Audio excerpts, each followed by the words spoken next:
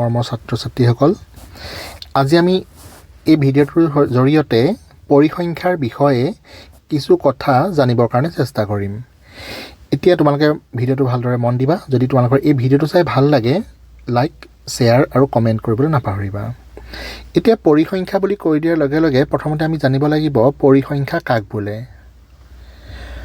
পৰিসংখ্যা বা পৰিসংখ্যা বিজ্ঞান হৈছে গণিতৰ এনে এটা বিভাগ য'ত তথ্যৰ উপযুক্ত সংগ্ৰহ, বিচাৰ আৰু বিশ্লেষণ কৰা হয় আৰু শেষত এই তথ্যৰাশিৰ ওপৰত উপযুক্ত ব্যাখ্যা আগবঢ়োৱা হয়।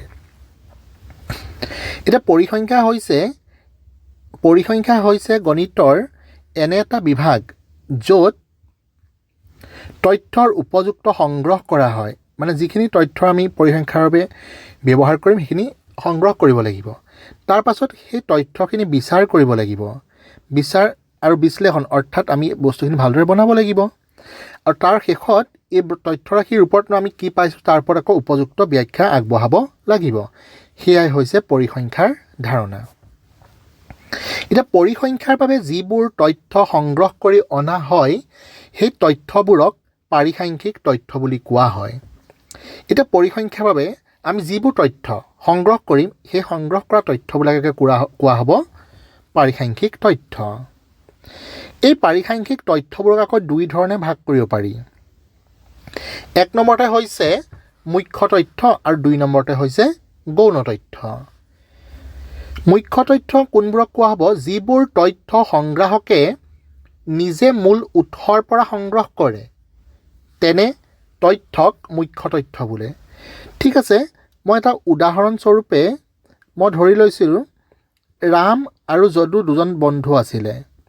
ৰাম আৰু যদু দুজন বন্ধু। ধৰি লৈছোঁ তেওঁলোকৰ আজি পৰীক্ষাৰ ৰিজাল্ট দিব। এইখন হৈছে পৰীক্ষাৰ ৰিজাল্ট বৰ্ডখন। এতিয়া ৰাম আৰু যদুৱে তেওঁলোকৰ ৰিজাল্টসমূহ আনিবৰ বাবে বিদ্যালয়লৈ গৈ এই বৰ্ডখনৰ পৰা তেওঁলোকে নিজে নিজে সংগ্ৰহ কৰিলে। সেইকাৰণে এই তথ্যখিনি ৰামৰ বাবেও মুখ্য তথ্য হ'ব, যদুৰ বাবেও মুখ্য তথ্য হ'ব। যদি আমি একেটা উদাহৰণকে আকৌ লওঁ, ৰাম আৰু যদু এই বন্ধু দুজনৰ আজি পৰীক্ষাৰ ৰিজাল্ট দিব।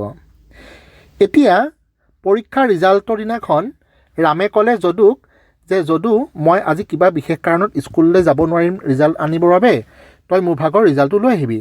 এতিয়া যদুৱে বিদ্যালয়লৈ গৈ সেই বৰ্ডখনৰ পৰা তাৰ ৰিজাল্টবোৰ সংগ্ৰহ কৰিলে। যিহেতু যদুৱে নিজে গৈ পেলাই বিদ্যালয়ৰ বৰ্ডৰ পৰা ৰিজাল্টটো সংগ্ৰহ কৰিছে, সেইকাৰণে যদুৰ কাৰণে সেইটো আকৌ মুখ্য তথ্য হ'ব।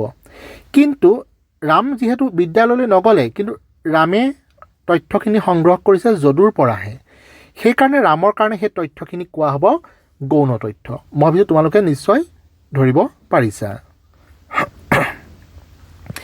এতিয়া এই পাৰিসাংখ্যিক তথ্যসমূহৰ বিস্তাৰ বা প্ৰসাৰ বা পৰিসৰ কাক কয় আমি সেইটো জানিব লাগে প্ৰথমে। এতিয়া বিস্তাৰ বা প্ৰসাৰ বা পৰিসৰ হৈছে একাধিক পাৰিসাংখ্যিক তথ্যৰ উচ্চমান আৰু নিম্নমানৰ পাৰ্থক্য। একাধিক পাৰিসাংখ্যিক তথ্যৰ উচ্চমান আৰু নিম্নমানৰ পাৰ্থক্যক বিস্তাৰ বোলে। অৰ্থাৎ বিস্তাৰ ইকুৱেল টু উচ্চমান বিয়োগ নিম্নমান। এতিয়া এটা প্ৰশ্ন হিচাপে মই কিছুমান সংখ্যা লৈছোঁ, পাৰিসাংখ্যিক তথ্য লৈছোঁ 5, 6, 17, 90, 45। এতিয়া যদি আমাক এই তথ্যৰাশিৰ বিস্তাৰ নিৰ্ণয় কৰিবলৈ কয়, আমি কি কৰিব লাগিব? ইয়াৰ ডাঙৰ মানটোৰ পৰা সৰু মানটো বিয়োগ কৰি দিব লাগিব। ইয়াত ডাঙৰ মানটো হৈছে 90 আৰু সৰু মানটো হৈছে 5। এইটো বিয়োগ কৰিলে আমি কিমান পাম? 85। অৰ্থাৎ এই তথ্যৰাশিৰ বিস্তাৰ হৈছে 85। তাৰপাছত আমি জানিব লাগিব শ্ৰেণীবিভাগ বা শ্ৰেণী অন্তৰাল।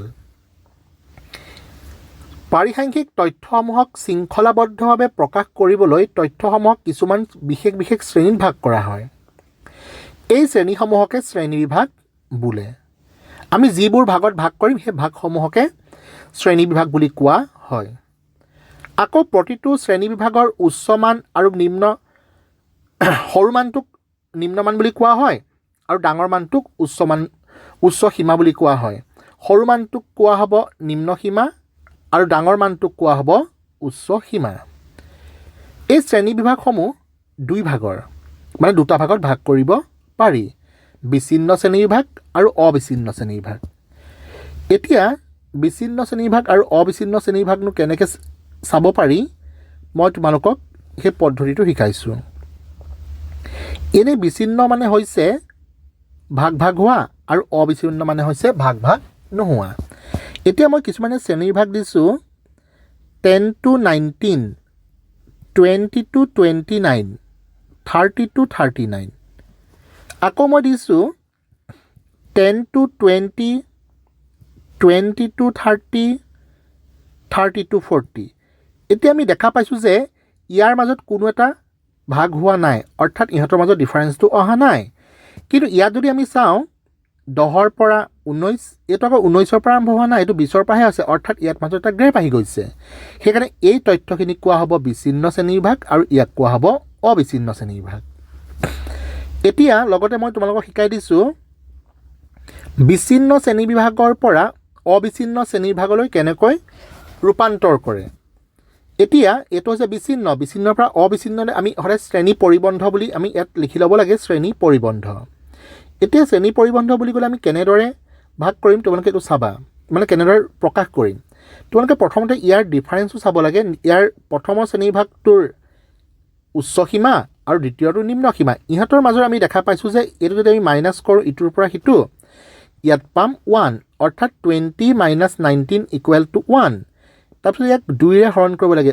1/2 মানে হৈছে 0.5 এতিয়া এই বিচ্ছিন্নৰ পৰা অবিচ্ছিন্নলৈ প্ৰকাশ কৰিবলৈ মানে সলনি কৰিবলৈ হ'লে নিম্ন সীমাৰ পৰা 0.5 মাইনাছ কৰিম আৰু উচ্চ সীমাৰ লগত 0.5 প্লাছ কৰিম এতিয়া চাই লোৱা 10ৰ পৰা যদি আমি 0.5 মাইনাছ কৰোঁ আমি ইয়াত পাম 9.5 আৰু 19ৰ লগত যদি আমি যোগ কৰোঁ 0.5 আমি পাম 19.5 একেদৰে 20ৰ পৰা যদি আমি মাইনাছ কৰোঁ ইয়াত পাম 19.5 আৰু ইয়াত প্লাছ কৰিলে পাম 29.5 ইয়াত পাম 29.5 আৰু ইয়াত পাম আমি 39.5 অৰ্থাৎ ইয়াত আমি দেখা পাইছোঁ এনেদৰে নিম্ন সীমাৰ পৰা বিয়োগ আৰু উচ্চ সীমাৰ লগত যদি আমি যোগ কৰোঁ ইয়াত চোৱাচোন ইয়াৰ মাজত কোনো ধৰণৰ ব্যৱধানটো অহা নাই অৰ্থাৎ ইয়াত যিটোৱে শেষ হৈছে আকৌ সেইটোৱে আৰম্ভ হৈছে যিটোৱে শেষ হৈছে সেইটোৱে আৰম্ভ হৈছে অৰ্থাৎ ই অবিচ্ছিন্ন শ্ৰেণী বিভাগলৈ পৰিণত হৈছে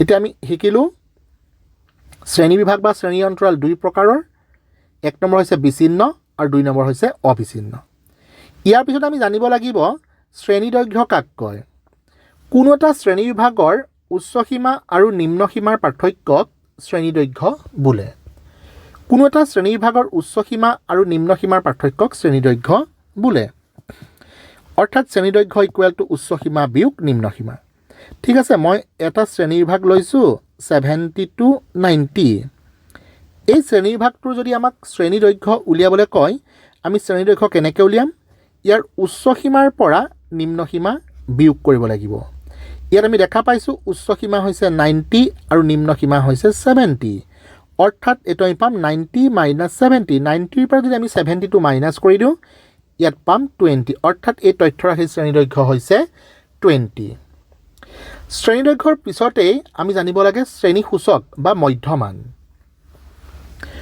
কোনো এক শ্ৰেণী বিভাগৰ উচ্চ সীমা আৰু নিম্ন সীমাৰ গড়ক শ্ৰেণী সূচক বা মধ্যমা বোলে এতিয়া উচ্চ সীমা আৰু নিম্ন সীমাৰ গড়ক অৰ্থাৎ উচ্চ সীমা মানে আপাৰ লিমিট প্লাছ নিম্ন সীমা মানে লোৱাৰ লিমিট তাৰ গড় বুলি কৈছে যেতিয়া দুটা সংখ্যা আছে গড় বুলি ক'লে দুটা সংখ্যা থাকিলে আমি 2ৰে হৰণ কৰিব লাগিব এতিয়া আমাক যদি 20 to 40 এই শ্ৰেণী বিভাগটোৰ শ্ৰেণী সূচক উলিয়াবলৈ কয় আমি শ্ৰেণী সূচক কেনেকৈ উলিয়াম চাই লোৱা ইয়াৰ উচ্চ সীমা আৰু নিম্ন সীমা আমি যোগ কৰিম উচ্চ সীমা আৰু নিম্ন সীমা অৰ্থাৎ 40 + 20 যোগ কৰি আমি 2ৰে হৰণ কৰিম ইয়াত আমি দেখা পাম 40 + 20 মানে 60 60/2 মানে হৈছে 30 অৰ্থাৎ এই তথ্যৰাশিৰ শ্ৰেণী সূচক হৈছে 30 এটা শ্ৰেণী সূচক বা মধ্যমান কেনেদৰে উলিয়ায় এটা শ্ৰেণী সূচক বা মধ্যমান উলিয়াবলৈ এই নিৰ্দিষ্ট শ্ৰেণীবিভাগটোৰ উচ্চ সীমা আৰু নিম্ন সীমা যোগ কৰি তাৰ গড় অৰ্থাৎ তাক 2ৰে হৰণ কৰিলে আমি ইয়াত কি পাম শ্ৰেণীসূচক বা মধ্যমান পাম এতিয়া মই ভাবিছোঁ তোমালোকে এইখিনিলৈকে নিশ্চয় বুজি পাইছা ইয়াৰ পিছত আমি কেনেদৰে পৰিসংখ্যাত বা পৰিসংখ্যা বিজ্ঞানৰ সহায়ত বা পৰিসংখ্যা বিজ্ঞানত আমি কেনেদৰে মাধ্য মধ্যমা আৰু বহুলক নিৰ্ণয় কৰিব লাগে আমি সেইখিনি চাম এতিয়া তোমালোকে যদি এইখিনিলৈকে যদি তোমালোকৰ ভাল লাগিছে তোমালোকে লাইক কমেণ্ট আৰু শ্বেয়াৰ কৰিবলৈ নাপাহৰিবা ধন্যবাদ